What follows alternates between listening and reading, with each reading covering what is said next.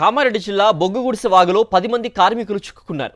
Bridge నిర్మాణం కోసం పనిచేస్తున్న కార్మికులు ఒక్కసారిగా ప్రవాహం పెరగడంతో వాగు మధ్యలోనే చిక్కుకుపోయారు. వాటర్ ట్యాంక్ పైకి ఎక్కిన కార్మికులు సహాయం కోసం ఎదురు చూస్తున్నారు.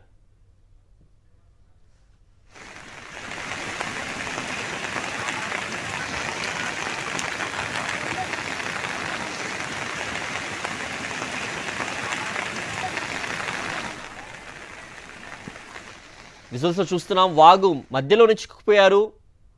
అక్కడ పనిచేస్తున్నటువంటి కార్మికులు వారందరూ సహాయం కోసం ఎదురు చూస్తున్న పరిస్థితి కనిపిస్తోంది. ఈ ఘటన కామారెడ్డి జిల్లా బొగ్గుగుడిసె వాగులో చోటు చేసుకుంది.